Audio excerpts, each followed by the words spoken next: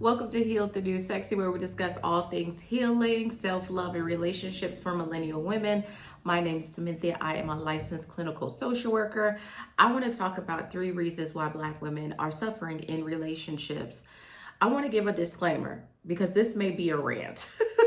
These are just some things that I've seen in my coaching practice and also as a therapist. So let me get started. First is that Black women suffer good.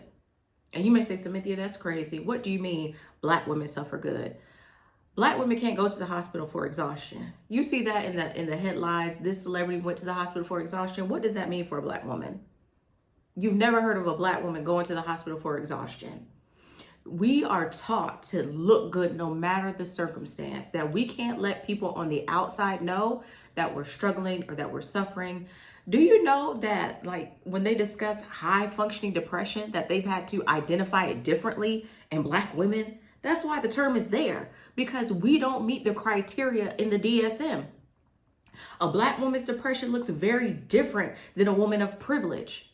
The Black woman doesn't have privilege, so she still has to raise her children. She still has to go to work. She still has to make ends meet. She's still in school. Do you know how many women who, because of trauma, they're in school because they're avoidant? I remember the meme. You remember the meme that came out rather during the pandemic? And you see the Black woman. She's I'm trying to be with the frame of the camera. She's drowning, and someone comes and gives her a high five. Because we suffer good. We just can't sit and rest. That's why there's so much conversation about this soft girl life. That's why there's so much pushback on Black women resting. Do you know historically in the United States that laws were passed to make Black women work? In South Carolina, where I got my master's degree, I think I don't know which war it was after, but the Black women had pensions. And the white women wanted the Black women to work for them. And when the Black women refused because they had the pensions of their husbands, they passed laws. Our society and even the world knows that no matter what happens, that a Black woman is going to show up. Do you know how crippling that is on the inside for a Black woman? And you might say, well, Cynthia, what does that have to do with love? It's because our men expect that from us as well. Which leads me to number 2. There is a normalization of Black women struggling in love. Or maybe I should say there's a glamorization of Black women suffering in love. Think of Baby Boy, cult classic. Think of Weighted 2XL, cult classic. You see Black women struggling and suffering in love with their men. And the question that I ask is why? Because this is what society is perpetuating as normal. And the truth of the matter is it's far from normal. Every Black woman is not suffering in love. And let me say this. Every Black woman does not have to go outside of their race to be loved and cherished by men.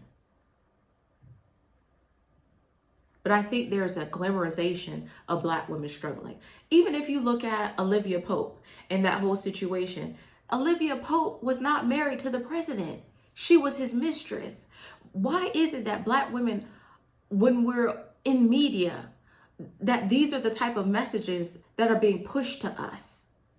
You ever thought about that? Like, why is it that me as a Black woman, I'm watching Scandal and Olivia Pope is the mistress? Why is that okay? Why am I watching Baby Boy and I'm watching this woman struggle with physical abuse and mental abuse, emotional abuse? Why is that being pushed on me? I can't name one white movie, and maybe because I don't watch really many of them. I don't watch a whole lot of TV or movies where the woman is being glamorized for being a mistress. And let's okay, you say, Smithy, that's media. Okay, let's look at our immediate family. Let's look at our mothers and our grandmothers and how it was normalized. I got a true life story. It was normalized for them to be with unhealthy men. Just this week, I had a session with someone. They were like, well, he's a good man. I said, he is not a good man if he's mistreating you. The definition of good man in our community seems to be if he's a provider, he's a good man. Not that he's emotionally intelligent, not that he has a good relationship with God. No, if he can provide physically, he's a good man.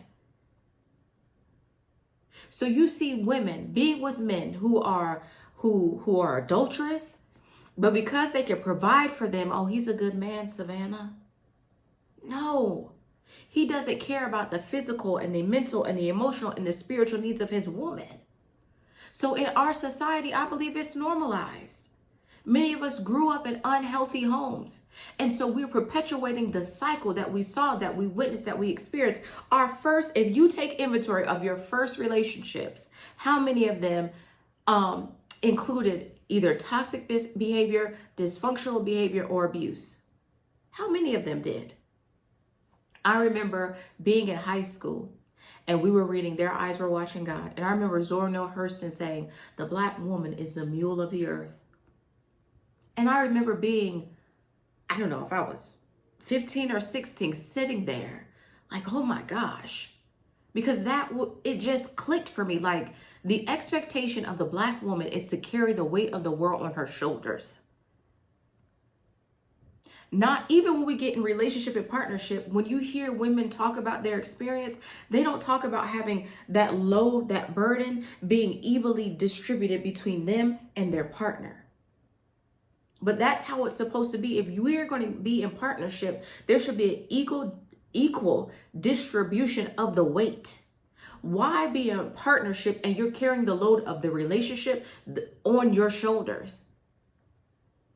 Too often, many people in relationships believe that the man just brings finances and the woman does everything else. But that's what's leading to the increasing amount of Black women that are seeking therapy for trauma, for depression, for anxiety, because they're in unequally, I don't want to say unequally yoked because I feel like that verse is used abusively, but they're in relationships in which both partners aren't carrying the weight of the relationship. So that has to stop. Number 3, because I primarily work with Christian Black women, the third reason why I believe many Black women are suffering in their relationships is because of bad theology. I think many Black women, I think the Black culture as a whole, we glamorize, or we've adopted this belief that we have to suffer in order to be good Christians. And I think that's rooted in slavery. And so in everything, we feel like we have to suffer. We don't feel like, even though the Bible says that he came that we may have life and that more abundantly, we haven't taken on that concept. We've taken on the concept that I have to pick up my cross and I have to go. But that doesn't mean in your relationship. Your relationship shouldn't be the cross or the burden for you. That's not what it should be. And you may say, Samithia, what are you talking about? I see women suffering in their dating experience. You date a man and you're suffering. And I ask why. A false belief that many women have is that we have to suffer while he's building or while he's grinding. We have to suffer with him, that we have to hold a man down. Why? Why do you have that belief? Where did you pick that belief up from? Oh, black women not holding their men down. They need to hold their man down. Why? Why do you feel like you have to hold him down? And why do you feel like you're not a good woman if you say, hey, listen, there's some things that you need to work on and it would be best if you worked on them by yourself? Why do you feel like you have to tolerate all of this to be in a relationship? Why do you have to tolerate the dysfunction in order to be in a relationship? Who taught you that? Some of the things that we have to do in order to have a healthy relationship, we're going to have to begin to challenge the beliefs that we have, the beliefs that we picked up from society, the beliefs that we picked up from our mothers, our grandmothers, our aunties. Even though they may have intended well, we're going to have to challenge those beliefs. Now, let me get back to the bad theology. I think, and if there's a video that I just did about the church sabotaging Black women's lives, so I invite you to watch that video. But I believe that there's a lot of bad theology preached at women to have them staying in marriages and relationships that are unhealthy. There's a lot of rhetoric around submission and being submissive. And I see a lot of women engaging in performative behavior in order to get married. And then once you get married, now you feel like you are to suffer. And that's the farthest from the truth. God does not want you to suffer in your marriage. And also people are like, oh, Smithy, you single, so how can you say that? This is the thing. The Bible says, I come that you have that you may have life and that more abundantly. Listen, your marriage should be a space of abundant life. Your relationship should be a space of abundant life. But if you're suffering and you're dating, you're going to suffer in that marriage. I don't see any other demographic of people talking about how they suffered in dating and then God got the glory because I suffered in dating and now we're married. No, I only see Black women getting on this internet talking about how they suffered in dating and now they suffered in marriage. Stop it. No, ma'am. No, ma'am. God didn't call you to listen out of all. So you telling me God called you to suffer in your marriage, but I don't see you suffering at your job? I ain't heard nobody say, I've never, listen, it's not proper English. I know. Okay. And if you still here, type in the comments, still here. I ain't heard nobody say, God sent me to that job to suffer. He sent me through that abuse to suffer. God does not need abuse to purify you. God doesn't need dysfunction to purify you. God doesn't need it for his glory. So we need to drop that idea that in this relationship, I'm suffering for God's glory. He's going to get the glory out of this. The suffering of this, the suffering of this present time? No, baby. No. It has nothing to do with this. And many of us have adopted these mentalities and these beliefs. And so that blocks us from choosing healthy partners. The reason why you keep choosing the same man is because at the core of you, in your subconscious, you have the same beliefs and you have normalized your suffering. But baby doll, it's time for you to rest. It's time for you to challenge the norms of society. And it's time for you to challenge bad theology. It's time for you to pick up your Bible and read. It's time for you to get a relationship with Christ so that you know, no, my God, he doesn't want that for me.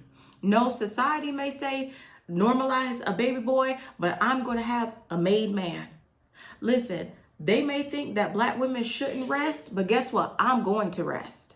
I'm not going to suffer. If I don't feel like going to work and I got sick leave, I'm calling out. I'm not suffering. I had a girlfriend recently, the lady who did my nails. And she's a Black woman. And she was like, you know, whenever I talk about wanting this soft life, and whenever I talk about wanting to rest and not work, people look at me crazy. And I looked at her, I said, how dare you want a privilege not created for you? She said, oh, Cynthia. I said, baby doll, the soft life was not created for us. That's why we fighting for it now. When you were brought to this country, when your ancestors were brought to this country as chattel, rest was not a part of it. That's why we're fighting now to be seen. We're still fighting to be seen as women. We're still fighting to be able to be soft. We're still fighting against all of these fallacies about us being masculine. We're still fighting against that. How you think somebody you're just gonna be having a soft life? And you think you don't have to put up a fight? I want you to start fighting for you. I want you to fight against the expectations of a society that wants you to suffer in love. I want you to fight against a society that wants you to fight to remain in unhealthy love. Yes, our marriage rates are low. But the thing is, we have to fight for healthy love. We can't accept this anymore. I don't want my sisters to be depressed and anxious and still having to overfunction. That's tiring. We're exhausted. I don't want it. I don't want glamorization of Black love to be unhealthy love and abusive love and dysfunctional and toxic. I don't want there to be any more bad theology. Talk about God hates divorce. You think God hates divorce, but he don't hate abuse? He doesn't hate the abuse of his daughters? God don't hate the abuse of his daughters, but he hates divorce? I've never heard a pastor talk about how God hates divorce. How God hates abuse. I never heard a pastor stand up and say, okay, my phone cut off, but this is what I was saying. I've never heard a message from the pulpit that said that God hated abuse. I never heard that. In all of the years I've been to church, and if you've watched my previous video, I grew up Church of God in Christ. I never heard that from the pulpit. I never heard the message being stressed that God doesn't want his daughters to be abused in relationships the way that I've heard that God hates divorce. And so I've seen women date men who they shouldn't have been in a relationship with, they shouldn't have dated in the first place, get married. And because of this bad theology that God hates divorce, they stay in those marriages. I've also seen this adoption of the false belief that you're supposed to suffer in relationship. And so I don't get that, because I don't see men believing the same thing. I don't see men believing that they should suffer in their relationship. I don't see it. I don't see it. But this is the end of the video. I want to hear from you. I want to hear from you why you believe that Black women are suffering or struggling as it relates to love, and I want to kind of move the conversation forward. I don't want it to just be on men, because I believe that there are systems in place that are impacting how Black women show up in the dating scene, what they're accepting in their relationships. And I believe that we have to be more targeted if we're going to address this, because this is something that's impacting us, our mental health, and also our community. Again, my name is Cynthia. I hope you have a great day. We'll talk soon. Bye-bye. Bye-bye.